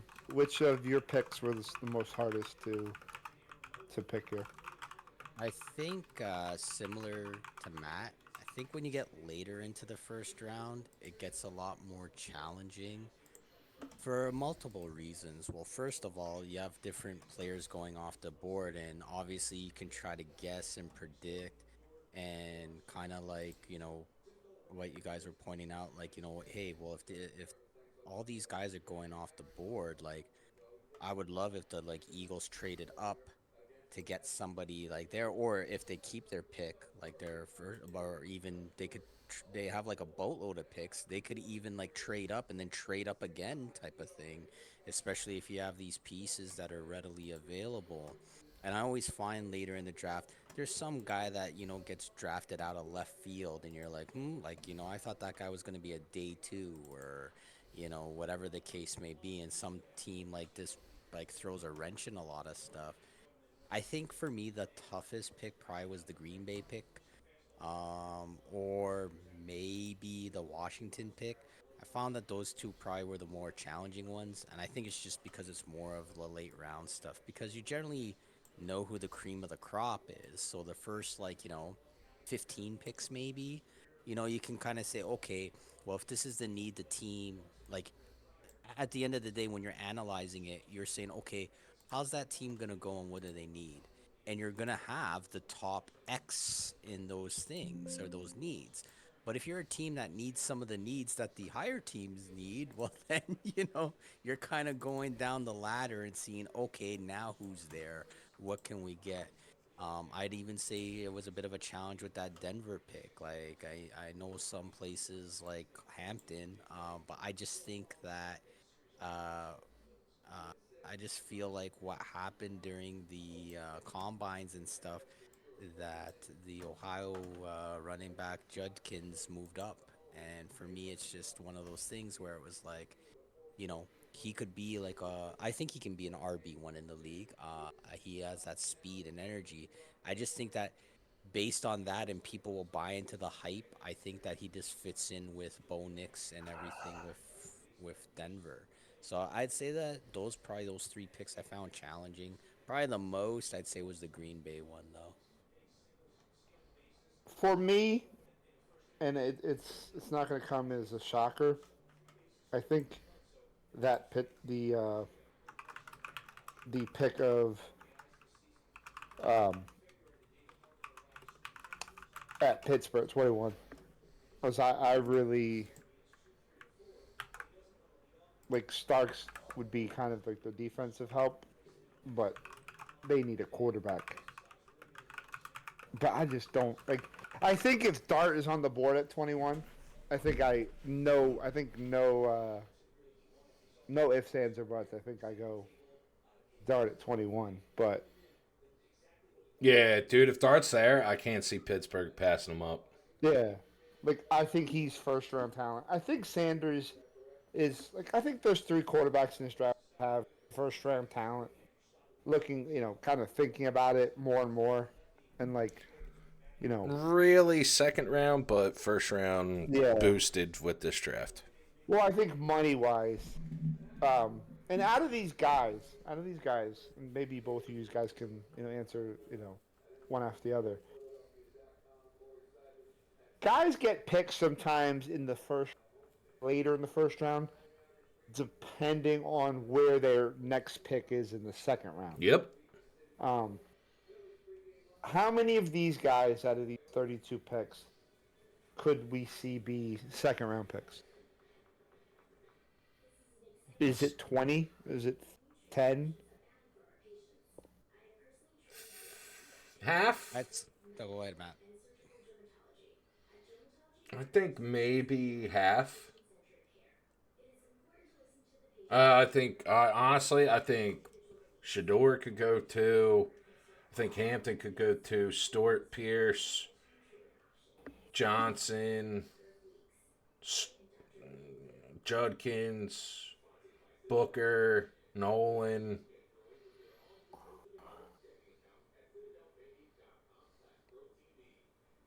Mike Green. I think a lot of these guys. I think a lot of these guys could go in the second round. It's what I'm interested in, and to me, it's not a knock on the talent. I think I don't know if we talked about it on air, Eric. I know we talked about it off air, just you and I. But listening to, I think it was either the PHLY show or it might have been Baldy. But he started talking about, well, he broke the guys down into tiers. At least Baldy has broken these guys down into tiers. But when they're just talking about drafts, I think some of these teams, and it would not shock me if some of these teams, especially if you're Philly, if you're Washington, Detroit, these teams that need edge rushers. Just say you need an edge rusher. You like looking at these guys, and look, Eric, we looked at 20 of them. Yeah. And we really liked like 10, 15. I'd be happy with if you get them in the first through third, fourth round. Yeah, Baldy's tiers were difference makers, no fear in drafting, and the no fear tier. And then some good and some bad. Yeah. And but I think what some of these teams what might happen with some of these guys is some of these teams are going, we're pick 15. Our next pick's at 45. If we don't take Mike Green now, who's going to be there at 45? Yeah. And they go, okay, it's Landon Jackson. Oh, we kind of had Mike Green and Landon Jackson kind of close together on our board. We don't need those. We don't need to go Mike Green. We can take a tackle. We can take a linebacker. We can take a wide receiver. I feel like some of these teams, depending how their boards are shaped and how their boards shake out, the offensive talent is not as deep as the defense. Yeah. I think there's 8 cornerbacks that can play. I think there's 20 defensive ends that can play. There's like 10 interior defensive linemen that can play. So some of these teams might go, shit, let's take the offensive guy now. Because, yes, maybe our defensive guy's not there in round 2, but we're going to get a player around within the same within 5 on our big board, And okay, you can accept that if you we're going in. If you end up in the draft and the team goes, oh hey, we were picked 15, we got the guy that was number 10 on our big board and number 25 on our big board at 15 and 45. You're going to be fucking happy as a clam. Right. And I think with how deep the defensive talent is, I think you're going to see some of these teams take offense early or some guys earlier than expected just because of how I think a lot of these teams' boards, they're going to have the same players, but they're going to be in a lot of different orders. So you're going to get teams that are kind of reaching on lesser talent first to fill the need, then get the talent later. And that's a conversation that we've had over the last couple of months, Matt, is that this defensive class is is intriguing, but as you kind of mentioned, the amount of good offense of pieces available in this draft might make the defense fall because Yep. they know, hey, there's an abundance of it, and they're able to kind of get it later and not have to pay that first round price. Because remember, if you get that, that first round, the 5th year option, there's all those, those perks of being a first round pick. Where a guy like, just to kind of throw it out there, a guy like James Pierce, if he falls, he was projected to be a top 15 pick early in this process, and he's kind of fell with, those. And I throw kind of air quotes up in the air as we're talking, but those concerns about his character, and who knows, Yep. that might be just people, are bad judges of character. I don't know, like everybody around the league said, oh, there's something, but there's like nobody can't really find it. um Shamar Stewart at 28 to Detroit, he might be a guy that Detroit goes, okay, like I would like him at as an edge rusher, but could we get him in the second round? um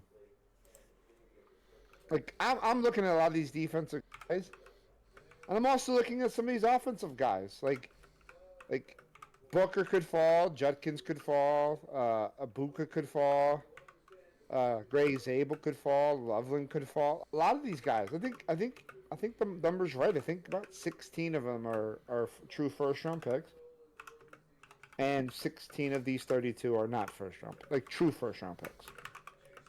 I think that's where I'm looking. Yeah. Yep. Yeah, I think like you guys hit the nail on the head with regards to like who who could and where. I Yeah, think though based on like who we've selected, while I think guys could, drop to the second round or may not be quote unquote like, first round worthy, however you wanna coin it. I think that I thought we were pretty accurate last year with the amount of guys we had. I think only 5 or 6 didn't get. I'm a bit let me foggy actually on, pull it up. I actually was gonna pull it up on Matt and because Matt did.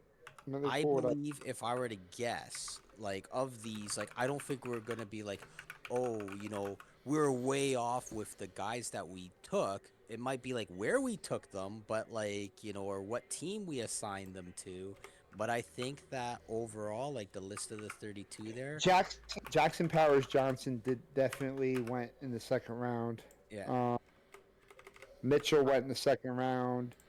I'm looking at because I had to pull up Matt's TikTok because he pulled a first round mock. Um, But yeah, I was gonna say that I Brian think that Thomas Brian Thomas Jr. was a first round pick, so I'm not worried about that. Was Fuaga a first round pick or was he a second round pick? yeah, he was first. So Jackson Powers Johnson was a second round pick. I'm pretty sure. Yep. AD Mitchell was a second round pick. We Yeah, had I think that. we had Was like 6. It was like 6 or 7. But I was gonna say that like of our Coleman, current, yeah, Coleman was definitely not a first round pick. Guyton was definitely not a first round pick. I think it's 5. I think the number's 5. yeah. So I think from our current list that I'd say it's 7 or 8 of them will go Yeah. in round 2.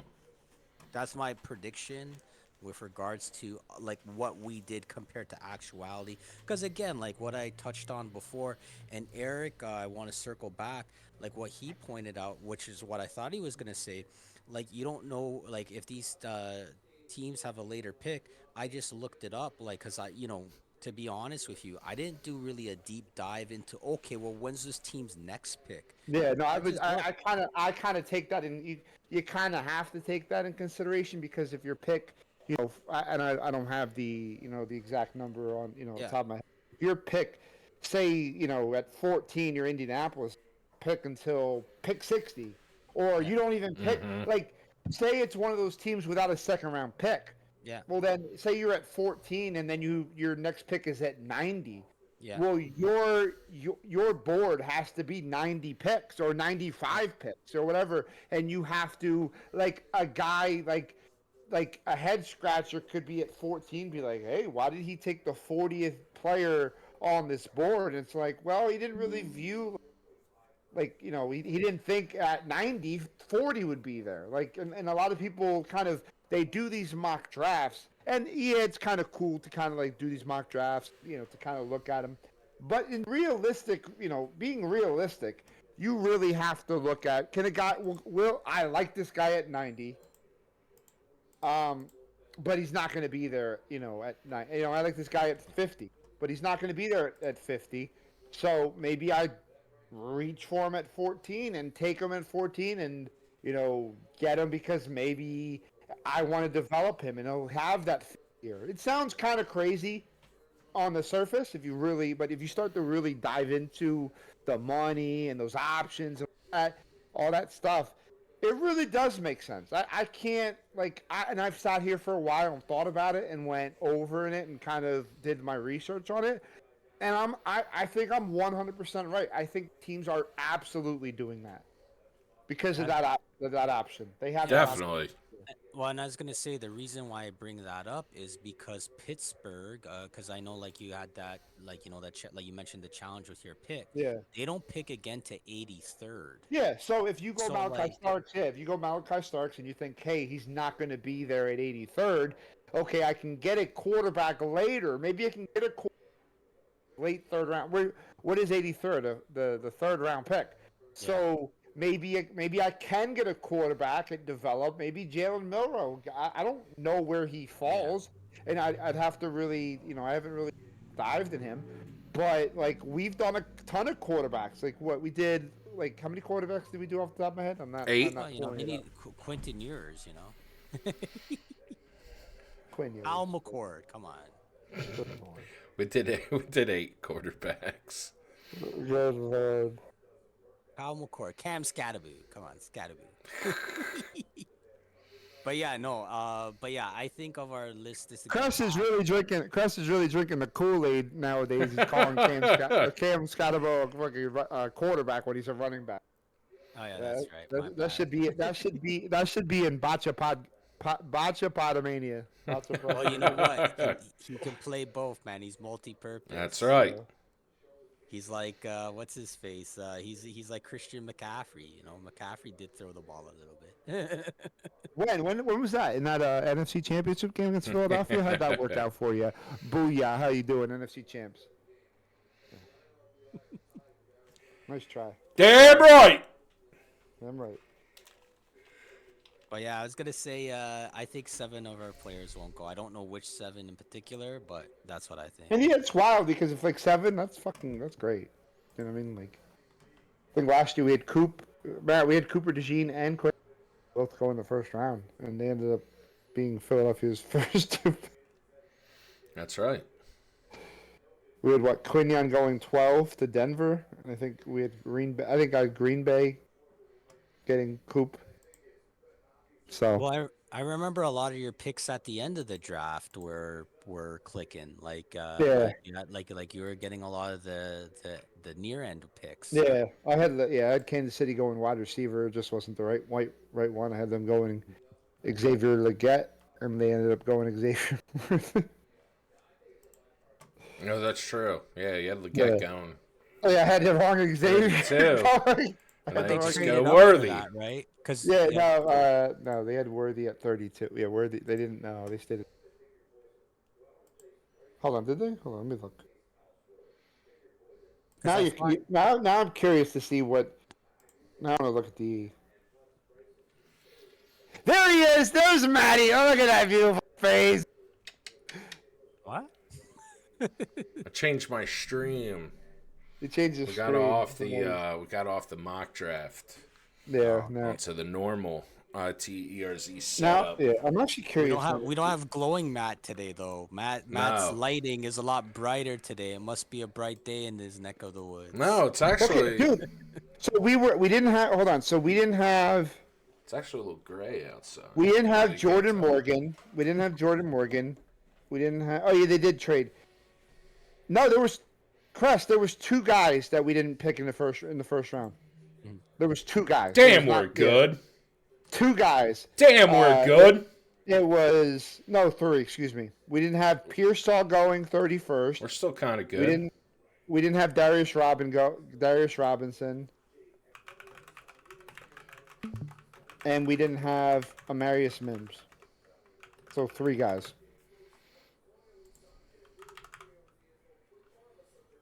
Three guys. That's fucking crazy. All I know is my trade kind of worked out last year. Remember, I said Minnesota would trade for The quarterback. would do a trade. Yeah. Yeah. You know, I was thinking at 8, trying to make a offer to Miami for Miami to move up and get one of these edge rushers. But yeah, I thought I thought Miami would definitely go get an edge rusher. it was really fun doing the draft, and I'm looking forward to the actual draft on Thursday. Yeah, Yes, curious, indeed. curious to see what will happen. Um, Chris, you have anything? Me and Matt are going to go into some other stuff, but real quick, kind of glimpse over the little of Mania. Unless you want to just stay on and talk about Mania real quick. I don't mind talking about, but before you guys segue to that, I was gonna say on the Thursday, that will be officially when the Eagle has landed. Oh, you see what I did Oh, Matt, there? the bald Matt. eagle. Matt, you didn't tell him. No, I don't tell secrets. Okay, you didn't tell him. A surprise. Eric got you a cage. I'm putting him in the fucking Well, Cash's cage is gonna be his fucking room for the week. I'm putting him in the be- fucking crate. Put him in the crate. A Don't worry, I Bethlehem have lots of steel I cage have Oh, I match. know it. I know it. Matt, you better be ready for some surprises too. A Bethlehem that, steel cage match. You have that fire pit. We'll just drive him to. You better have that. No, I fire didn't get pit the lit fire up. pit yet. Oh, what the fucking? I gotta don't buy care. a Put him in fire the pit. fucking. Put him in the fucking hole. I could. Yeah, okay. We could just light him on fire. Yeah, light him on fire. Fuck it. Maybe we should. What if he brings Global Threat with him? I don't think global threats allowed in Canada. No, because Global Threat is Canadian apparently. Remember, Global Threat used to claim he was Canadian. Oh, true. But I never. Yeah. Ugh. Good Lord. What if Crash is Global Threat reincarnated? Global Threat's even Just dead. know how to do your finisher. That's all I ask. Don't do it. What did you guys think of WrestleMania night 1 and night 2?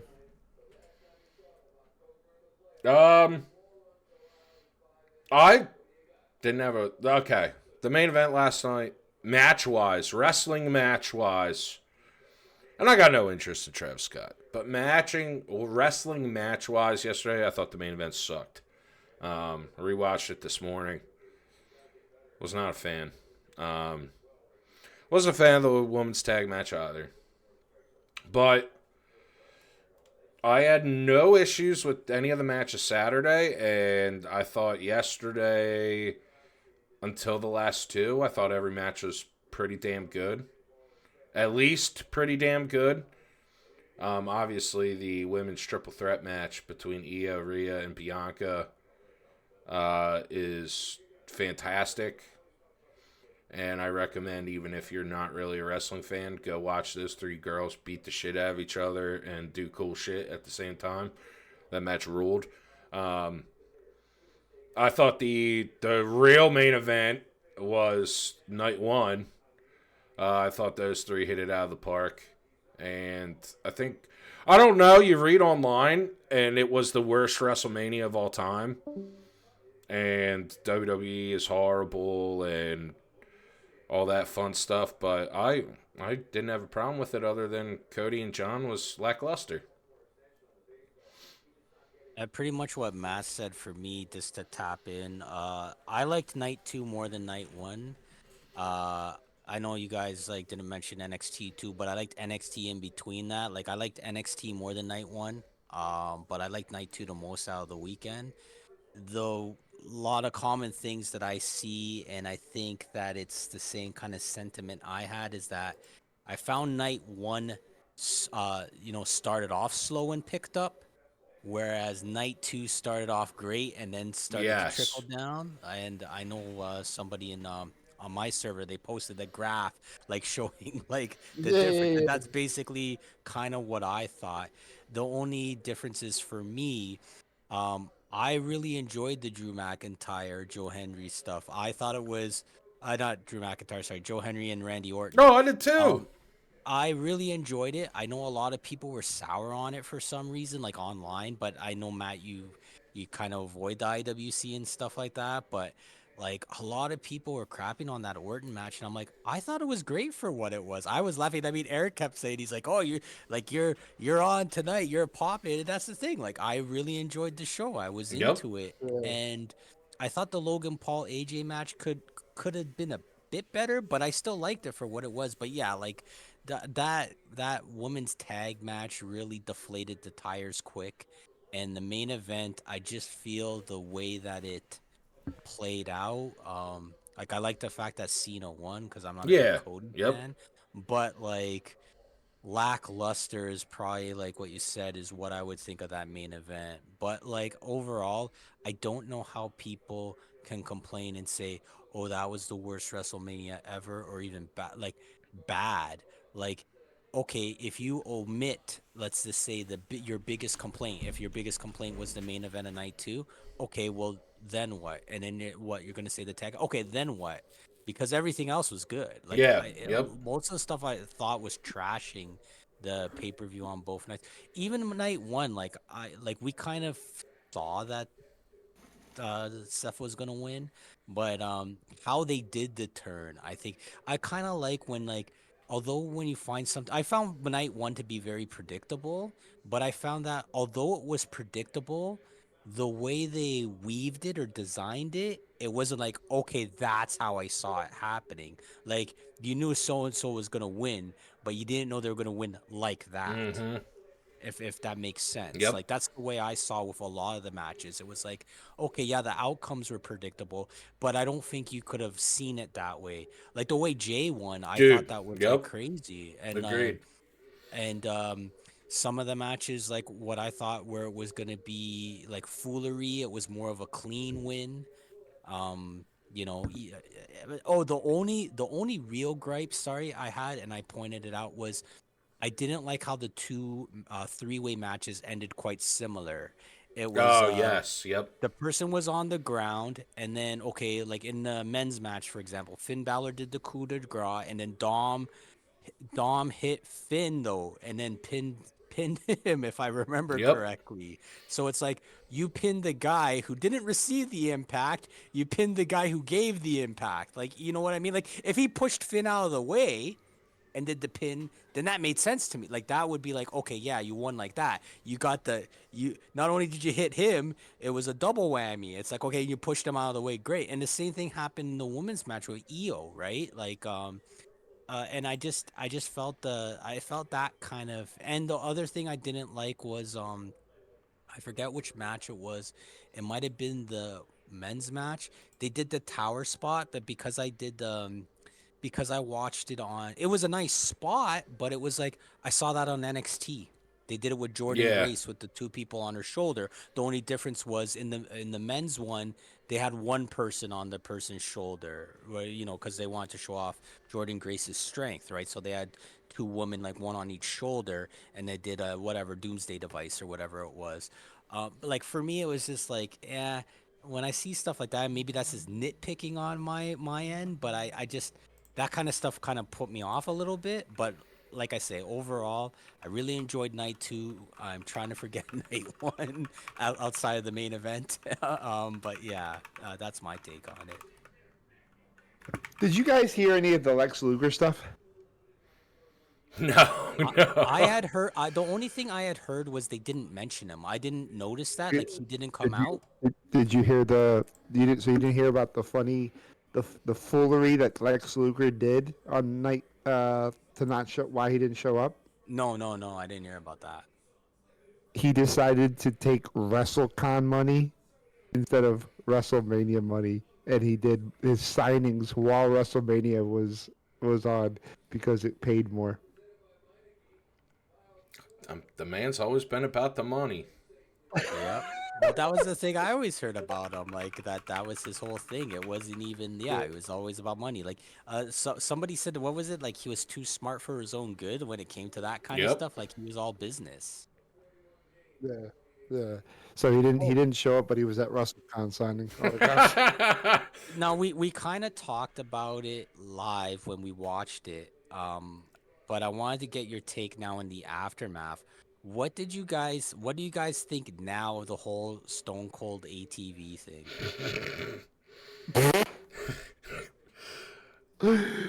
See, I wonder